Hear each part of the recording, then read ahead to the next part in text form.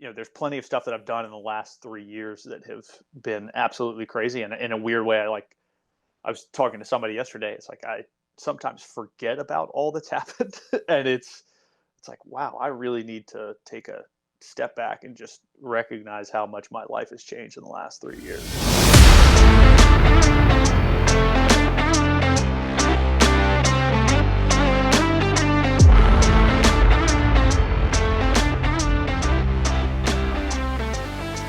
All right, welcome to the Whole Story Podcast. We appreciate you guys joining us today. We've got a special episode and a special guest, kind of perfect timing as well. We'll tell you why here in a second. But I was introduced to Morgan, our guest, through some mutual friends, a girl he went to, or a couple he went to high school with, and I went to school with Becca at South Carolina, and he's at Old Barnwell. We'll continue talking more about that, but the connection was great. So it's like, obviously this makes sense. He's located in Old Barnwell, is in Aiken, South Carolina. Jonathan is in Augusta. I'm in Columbia, South Carolina. So it's like right between each of us. Morgan Purvis, previously in the financial world and currently the director of partnerships at a new course in Aiken, South Carolina, Old Barnwell. So Morgan, welcome. Thank you so much, Robby, for having me. Happy to be here. Yeah, well, first of all, golf is not just new to your blood here. You are a member of the Palmetto Golf Club, one of the oldest golf courses in the United States. So I've never played. I don't know if Robby's ever been there, but tell us about that. Like how does that journey go from the oldest golf course in South Carolina to quite possibly the newest golf course in South Carolina? Yeah, Jonathan, that's a great question. I joined Palmetto March of 2010. At the time, I mean, it certainly was, I think, well regarded, but maybe not necessarily held at the same level of esteem that it is now.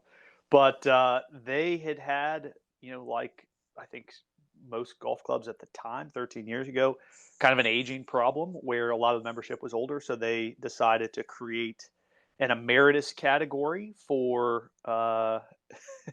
for older members, and then started kind of a junior program where you were able to prorate your, I'd say, low initiation fee over 3 years. And I believe the day I found out that I got in, I called over, dropped off my check as quickly as possible, and walked out to the first tee.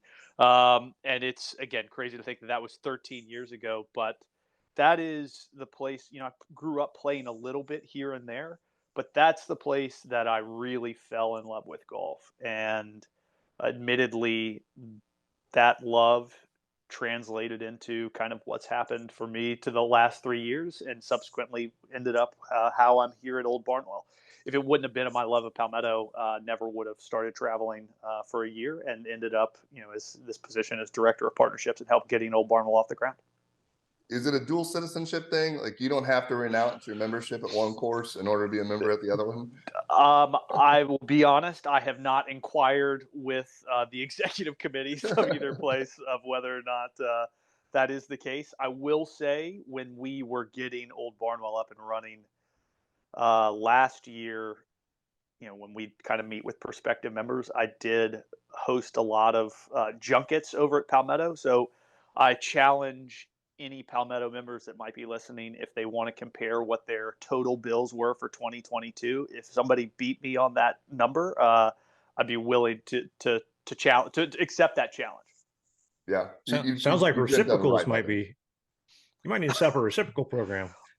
We've actually just talked yesterday. I mean, obviously, I think you guys are probably aware there's a lot of additional golf that's being built here, and some great clubs, obviously, with the Tree Farm and Palmetto. And the question is, when is the first, kind of all Aiken competition against each other? So we would be excited to get that up and running, and hopefully, I assume, given some of my my joint memberships, at least for now, until they kick me out, right, is that maybe I can help get that off the ground.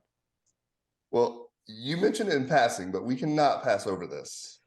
You, at age 36, decided, let's celebrate by playing 36 golf courses around the world. Yeah. So it's kind of a crazy story, right? And this is one of those things where we said, time has kind of separated from that decision. But I was in Atlanta, where I at the time was, working at a mutual fund, and had just had back surgery. COVID was happening, and that's the first time in my life, that I had not been able to do the things that I prefer to do, any sort of sports. And so I decided, when I got healthy, I was going to celebrate that by playing 36 different Alister Mackenzie golf courses while I was 36 years old. Uh, Looking back, certainly the idea was somewhat foolish. COVID was happening. The way that I researched it is I could still get into the UK with their COVID protocols as long as I isolated for 2 weeks. And if I could make it to the UK, then I could get the number of courses that I needed. And so, yeah, we were off August 21st when I turned 36 in 2020. Uh, Left for the UK late September of 2020 and stayed there through mid-November of 2020, playing 13 Mackenzie courses on that trip, plus the Old Course, plus Royal Dornick. Lived in England for the better part of 2 months until they uh, created new COVID protocols closing down golf courses. And so with that, I was on the first plane out. If I couldn't play golf, as much as I would have loved to have just stayed in the UK, that was not quite what the budget called for. And then, yeah, continued that journey on with a 3-week trip to California, and then another month in the UK. And then due to I guess with distance, I can potentially say COVID scare that I had in the UK, I had to cancel the last golf course that I was set to play.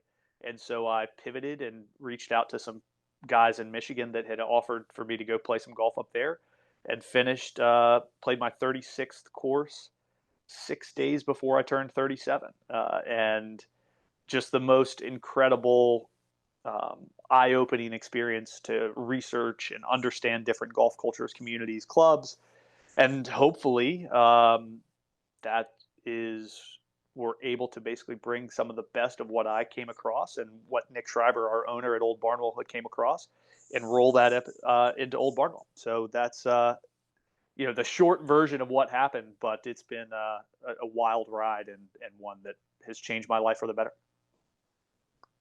That's awesome. So what I know Palmetto had a redesign by Alister Mackenzie.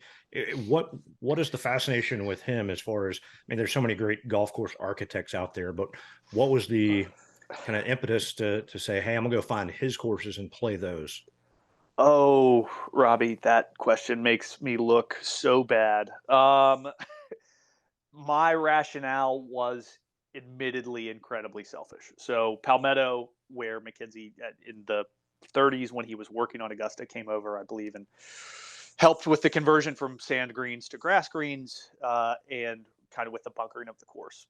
So that connection, where again to the place where I fell in love with golf, was supplemented by the fact that I was lucky enough to have played two of Alister Mackenzie's probably three most famous designs in Augusta National and Cypress Point.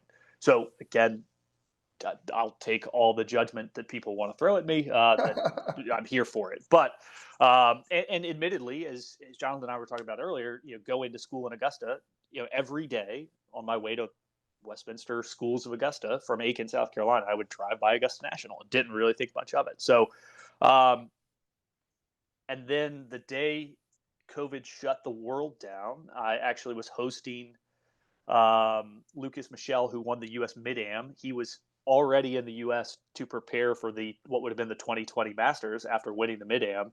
I had told him if he's in town that I'd be happy to take him out to Palmetto. My back at the time was prevented me from playing golf, but I had Lucas out, and he's like, "Yeah, if you make it over to Australia, I'll help you, get you connected at Royal Melbourne." And so, selfishly, that was where we shook out. Is that I was like, "Well, I've played two of the three most famous Alister Mackenzie designs. When could I make it to Australia to add the third?" And that was not during the year when I traveled the 36 Mackenzie courses, but thankfully I was able to complete that journey December of this past year. Did 5 weeks in Australia. Played 10 different golf or 11 different golf rounds there, and another trip that was spectacular. And admittedly, it was incredibly nice to get out of the winter here in the South and head to the summer in Australia. Yeah, you say judge. I think the J word you were looking for is jealous. I think people will be jealous of the golf courses, which, we ask people all the time, and we'll ask you later, like, hey, what course is on your bucket list? And a lot of times we get the Augusta, and we try to, and we had a guest that said, maybe it's more of a realistic question. Like, what's your realistic bucket list course? Because Augusta's probably off it, but we get the Cypress Point and Augusta, Pine Valleys, all those kind of things. So that's really cool. What was, maybe it's the Royal Melbourne thing, but what was maybe a highlight or two from the 36 or the quest to find the best ones? Oh gosh. I'll say this. One thing that I had with one of my philosophies on approaching the 36 with Mackenzie is, admittedly, as we just kind of joked and talked about, about the jealousy aspect of it, but I thought it was important to go, not just try to find, all right, if you're on the 36th highest ranked or perceived rankings of Alister Mackenzie courses, I wanted to go see Sharp Park, which is a Muni in San Francisco. I wanted to go see, Northwoods, which is, this 9-holer amongst the redwoods. I played, honestly, one of the, your question was one of the highlights. I mean, the question I get a lot is, what were your, top Mackenzie courses, right? Or my top course that you played? And I would tell you I have kind of three, and my answers are somewhat cheating. And the first two I can give very quickly, and this will tie into it. But the first, basically, Al Woodley is the first course that Mackenzie designed, 1907, with Harry Colt, outside of Leeds, England.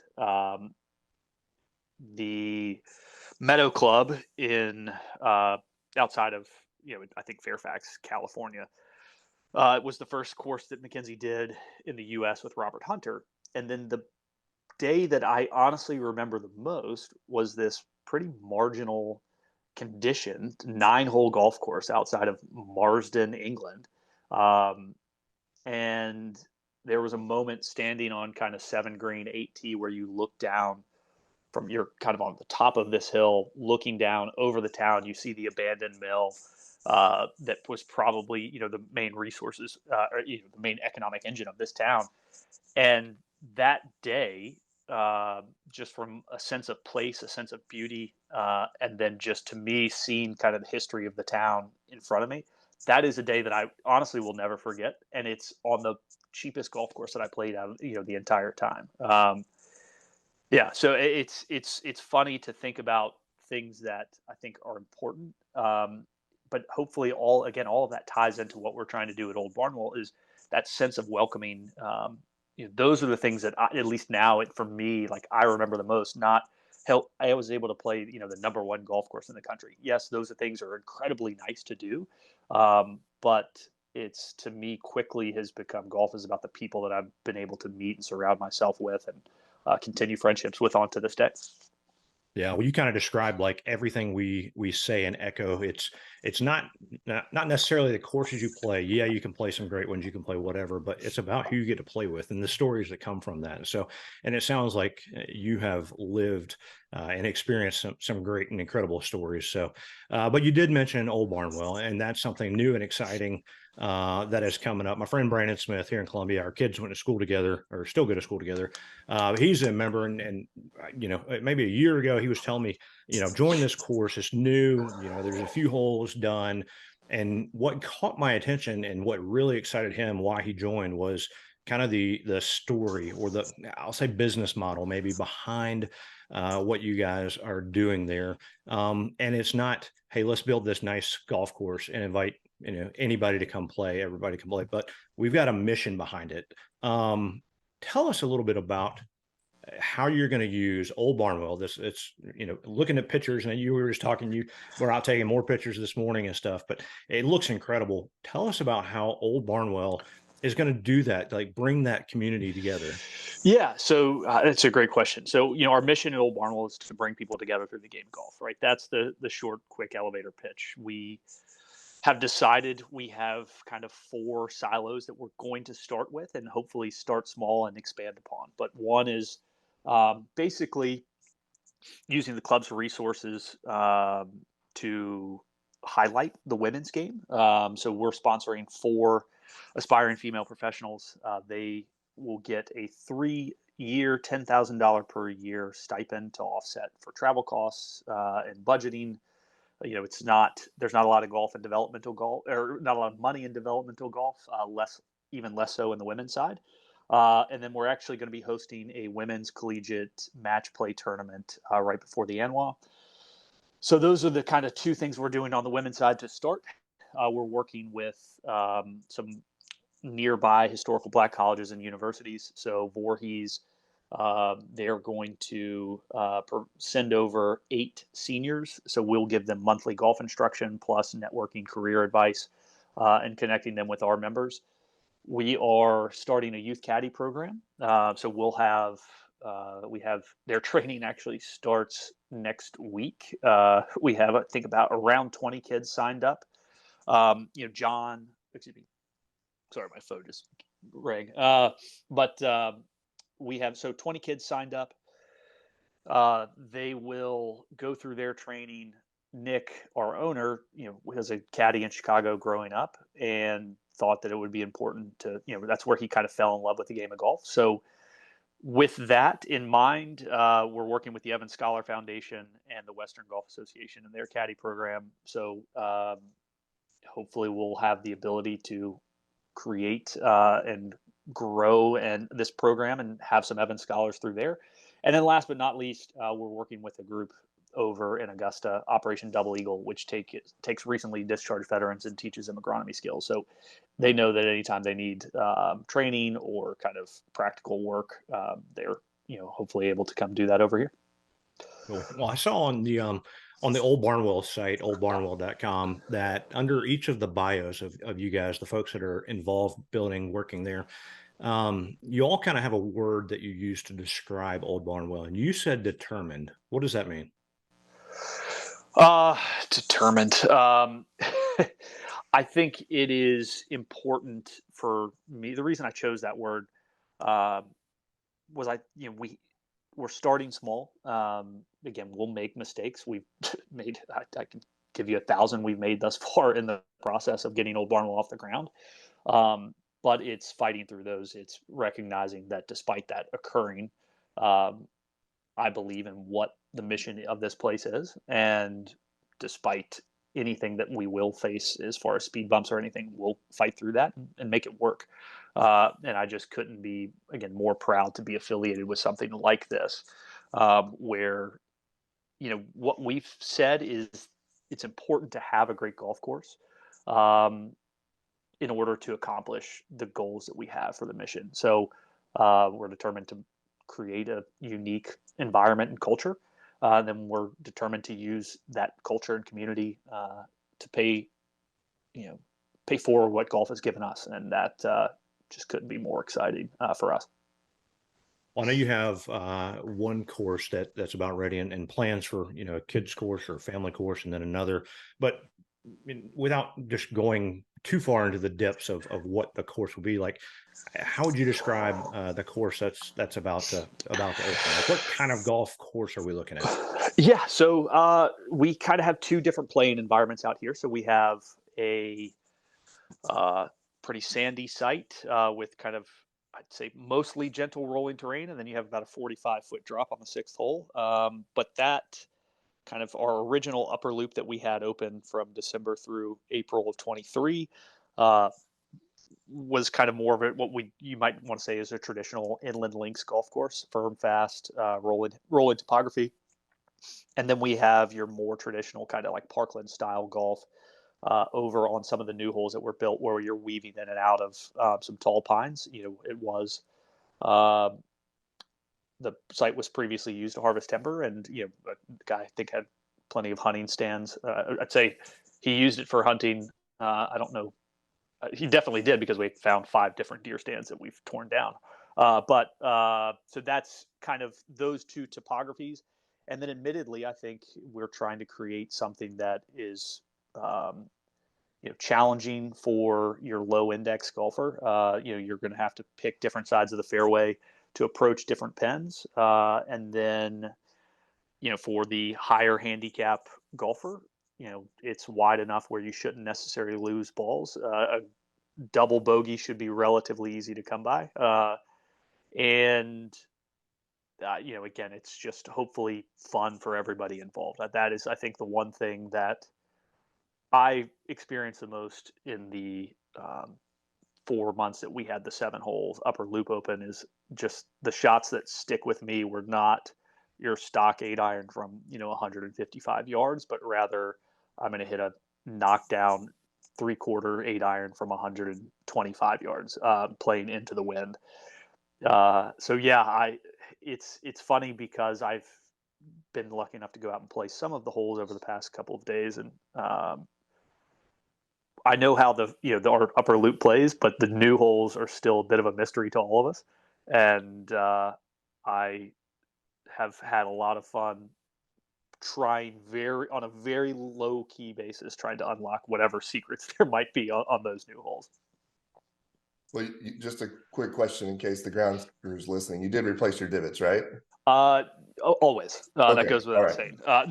And I will be very clear. I asked permission of John, Chase, and Davis, who are our head of our agronomy staffs. I said, listen, is it all right if I take a divot out of the fairway? I've hit plenty. I hit plenty of tee balls, maybe without permission, but picking one out of the fairway and hitting it to greens, I wanted to make sure I had appropriate clearance. That's right. Bad news for me is I didn't really hit that many greens when I played, but that's okay. Well, you don't have to repair as many ball marks. See, that's exactly. Yeah, that's I mean, like my listen, strategy. it was strategic miss. If I was that good at missing greens, well, I can take it back. I am that good at missing greens.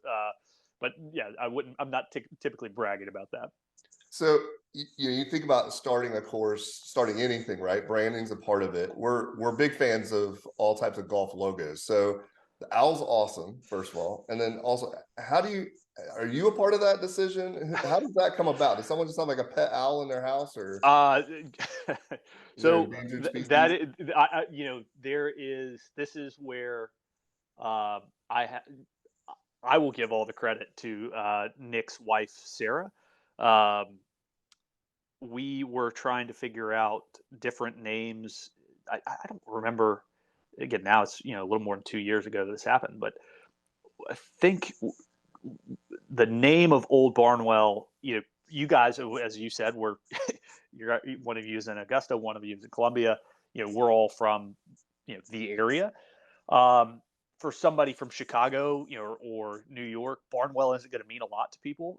For us, that might be a little bit different. So the amount of questions I got early on when we had the name of, all right, so you guys are in Barnwell County. I'm like, well, actually, we're not. So we're still in Aiken County, but we're off of Old Barnwell Road in Aiken County. So Nick said that actually sounds like a pretty reasonable name. So let's go with Old Barnwell. So we fought through the Barnwell County conversations, and then Sarah, Nick's wife, said, "Well, Barnwell, Barn Owl, that's actually pretty close." And so we took that and ran with it. She, I think, kind of did a drawing for a very rudimentary owl, and that kind of served as the inspiration. And then we hired a great group, Stitch Design Company out of Charleston, and they took the idea of the barn owl, Old Barnwell, and the spirit of Nick's mission and vision, and ran with it and created branding that we're incredibly proud of. Actually,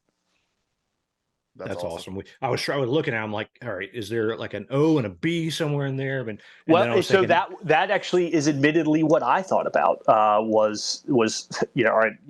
Not that I am known to spray a driver now every now and then, but yeah. So I was Old Barnwell OB out of bounds. So it's like, all right, well, do we do like a white and red flag? And interestingly enough, that's actually the flag of Royal Melbourne. So when I got there and saw that, I was like, oh, well, this is unique. Glad we didn't try to steal this, because I'm sure we'd be accused of plagiarism. He's sitting on a white steak. Just kidding. Yeah. Well, it's funny you say all that stuff, because I like you guys, I am a sucker for a good logo and the things that you have to do, but creating the graphic for it is one thing, and then what does it look like embroidered? How do you deal with the color schemes? Do you have the right thread? Man, if I could tell you horror stories of trying to get that stuff right. And it's challenge, but it hopefully it's clean, simple, and Palmetto's website tying it there. I think we kind of had this document that went out and said, feel free to buy something in the pro shop. We always love seeing the Palmetto logo around, uh, and I always would look around. All right, where is this Palmetto? Oh, hi, member as well. And now to be able to see that kind of on a different level at Old Barnwell, where there's even more familiarity and understanding. Uh, yeah, it's an absolute treat. Well, we're Well, recording this on September 7th, and it's going to drop next week, September 14th, which, as it turns out, is a day before something that we joked about parenting before and having kids. That's got to be a pretty special day for you guys. So, what's going on September 15th over there? Uh, it's September 15th is opening day for our members. I take in probably way too much information. You asked how am I feeling? Apparently, and this will probably speak to us, and I think we're all around the same age, but from what I saw on some sort of social media post yesterday was the X year anniversary of the Saved by the Bell. I'm so excited. I'm so excited. I'm so scared. Jesse Soprano I think story. Becca shared that. Yeah. Okay. So yeah. Yeah. Yeah. So yeah, that's exactly how I feel. Is I'm so excited. I'm so excited. I'm so scared. No, there's plenty to do. There's still so much. We're still considering it preview play. I mean, we're going to be open 4 days a week. We have lots of stuff to get done, and that we're still working through. But that's exactly the best way to sum up how I feel. Is I could not be more pleased to share the new holes that we have. But there's still a lot to be done. We're still waiting on permits for the clubhouse. There's still so much that we have left to get done, but I just can't wait for people to see the new stuff and start playing it. It's going to be absolutely exciting. So all 18 holes are done. Is that correct? All 18 holes are ready for play. A couple of areas that we're still working through. What my best way to describe it is we're probably fairways and greens are, let's say, 85% of the way there. Next summer, hopefully they'll be 100% of the way there. But we've got a disturbed area of 200 plus acres. It will take more time, a year and a half, 2 years to get native areas and outside of the main playing corridors, get those established the way we'd like them to. So, yeah, lots, still more to do. We talked about me out there taking pictures this morning. There are kind of bare areas that are not, we don't have the native stuff established the way we want to. And so my job as an amateur photographer is how can I move around to get the photo I want, but try to avoid showing some of those bare areas. But yeah, it's the golf course will be ready for member play. We cut a couple of holes in greens yesterday for the sake of photography. There's a goofy photo of me carrying 3 flag sticks because I was told by John Lavelle not to ding any of the flag sticks on the golf cart we were riding around.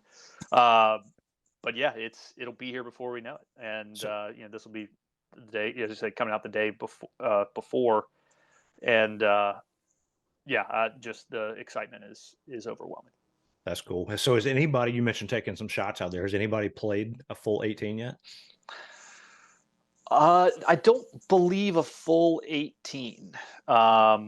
We have admittedly, part of the reason I played a couple holes the other day was we have uh, the South Carolina Golf Association Raiders. They're actually coming out September 8th, tomorrow for us.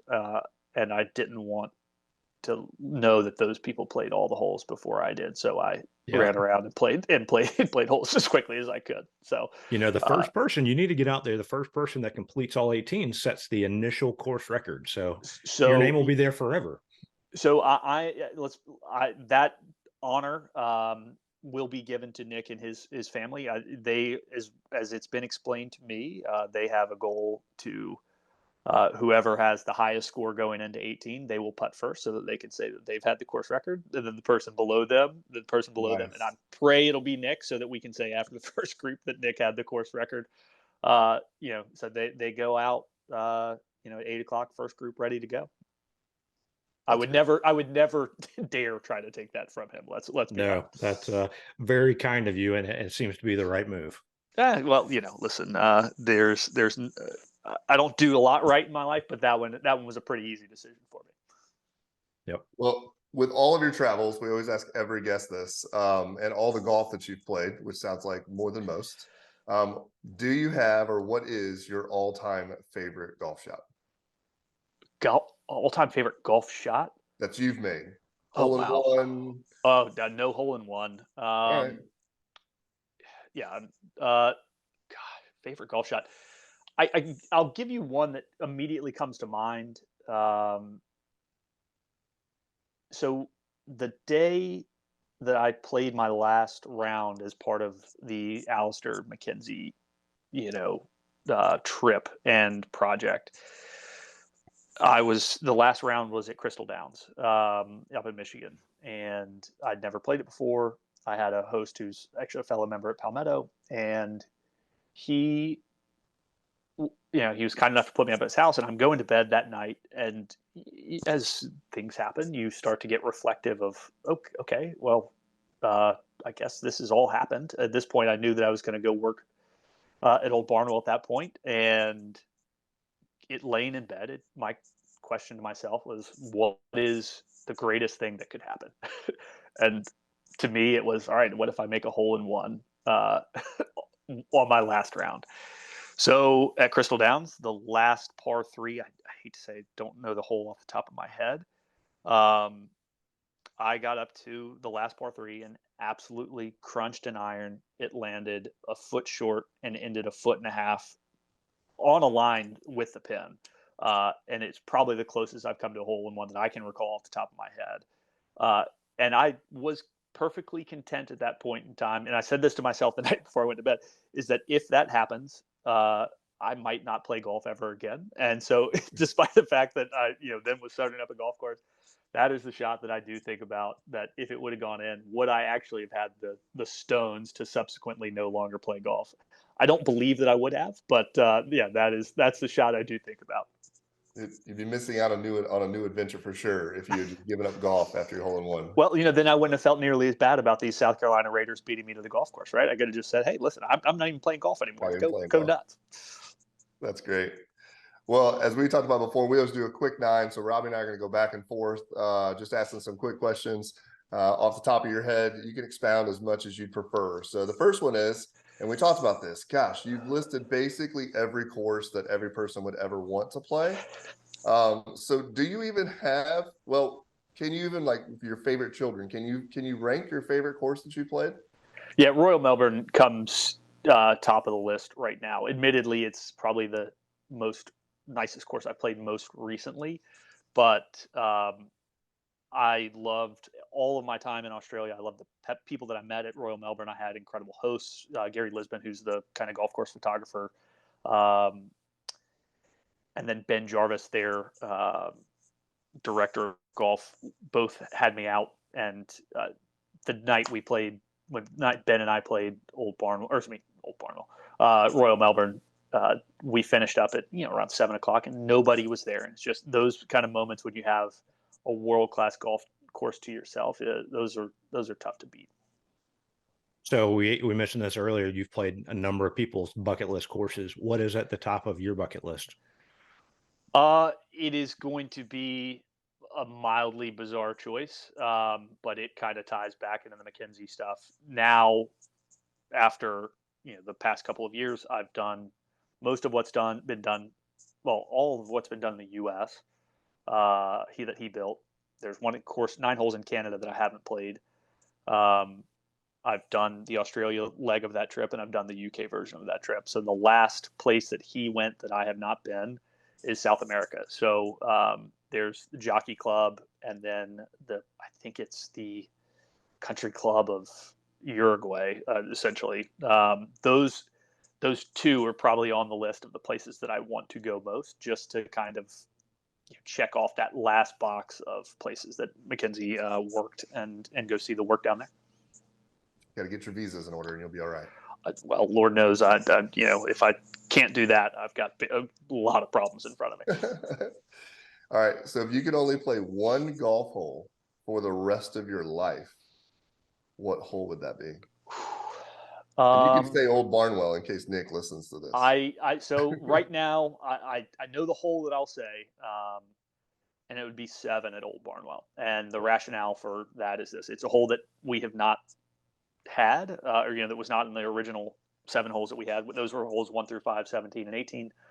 But 7 is the part of the property that where we first started clearing trees. So there's a video on my phone of D5 dozer starting to clear out some pine trees, and that was mid-October of 2021. So it was the first area we cleared, and interestingly enough, we did not do this for the sake of the narrative, but it was the last hole that we built, and it's the biggest green on the golf course. It has kind of 2 different tiers, so I think the way you can set it up, it can play a variety of different ways. So if you're giving me one hole to play for the rest of my life, I'm going to want a hole that I know I can have a variety of ways to play it.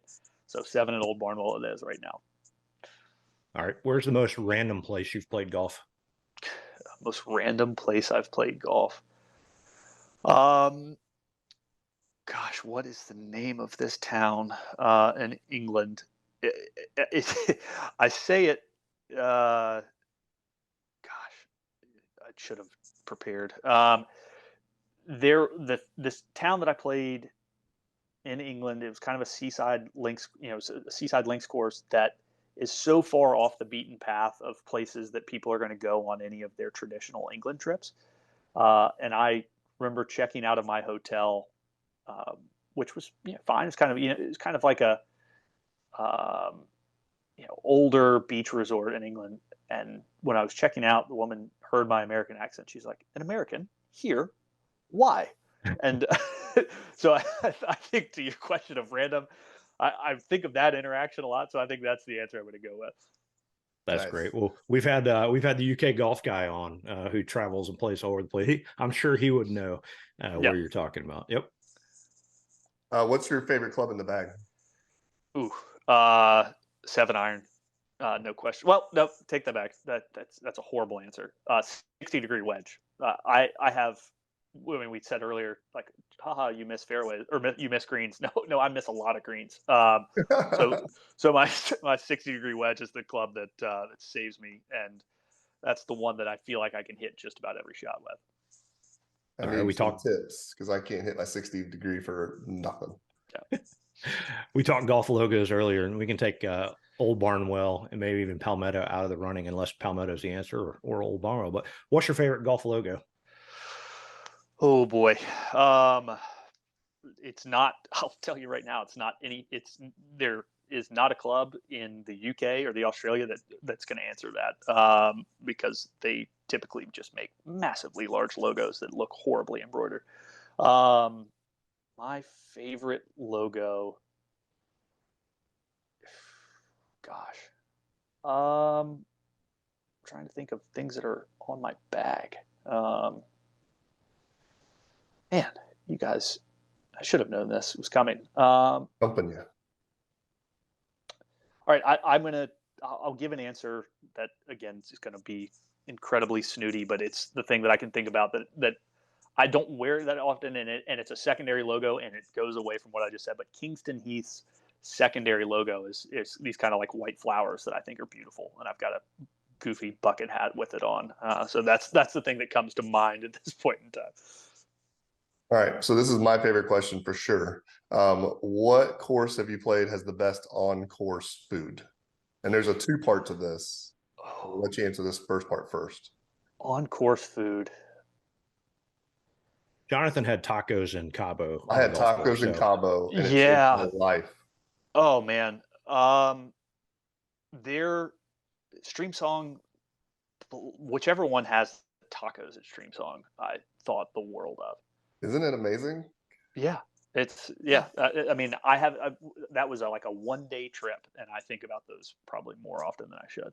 Every time I play golf now. Yeah. Every time I think about designing a golf course, which is our second part, is there going to be any food options at Old Barnwell that we should? There will be once the clubhouse is built. We have a piece of land on the property identified for where we'll have kind of a hospitality area, but it'll be, I think, relatively straightforward. We're not going to have, the goal is not to have a signature item, but that could change tomorrow. Those are decisions that are made above my pay grade. If you want a tip, Robby and I were just talking about how great if you had a water cooler and also a sweet tea cooler I in the mean, South. I think that sure, but we're a walking strongly encouraged golf course, so I mean I feel like that is we're looking diabetes and gout adjacent if we're putting a cooler of sweet tea out on the golf course. All right. So what's the most challenging thing or challenging part about starting a golf course from scratch? um, All of the above. yeah, I'll. So what I would say is this: in a weird way, with when Nick explained his vision of what he was trying to do, um, he never had to sell me on that. Right? It was very quick. We quickly realized that we were two people that were completely in concert with trying to pull this off. That there was no, oh, hey, maybe you should try to tweak this. Um, the fact that the land that he purchased was in Aiken made it very easy for me to. I would have wanted to be a part of it. Well, I don't want to say that. I would have wanted to help him regardless of where the land is because he was passionate about what he was doing and his mission and his vision. The fact that it happened to be in Aiken, which is my hometown, just became an incredibly unique experience and timing and coincidence. So early on, without having a golf course, is how are we going to pull this off? How are we going to sell people on the land when we don't have stuff cleared, the mission when we don't have the golf when we don't have a course. So early on, it was selling Nick's passion, my passion for the mission, and then to me, it was selling Aiken to start. And so that made it very easy. And then once the golf course was there with our talented architects and Brian and Blake and their shapers, Gray, Andre, Chris, um, and Dylan, that made it a lot easier. So there was a time early on was like, how are we going to pull this off? But then we kind of found admittedly with COVID, I think we all know that COVID has been a huge boost to golf. So with that, that helped as well. But it was an incredibly daunting idea when you just look at the list of things you have to accomplish. They all were hard, are hard, but we were there. Gosh, I'll tie it back, but we were determined that we were going to get it done, and here we are. All right. Final wrap-up question. Finish the sentence. I love golf because the people you meet along the way. I love sharing something that means a lot to me, that's opened a lot of doors in my life, and trying to pay that forward to anybody and sharing my passion for whether it's Palmetto or Old Barnwell.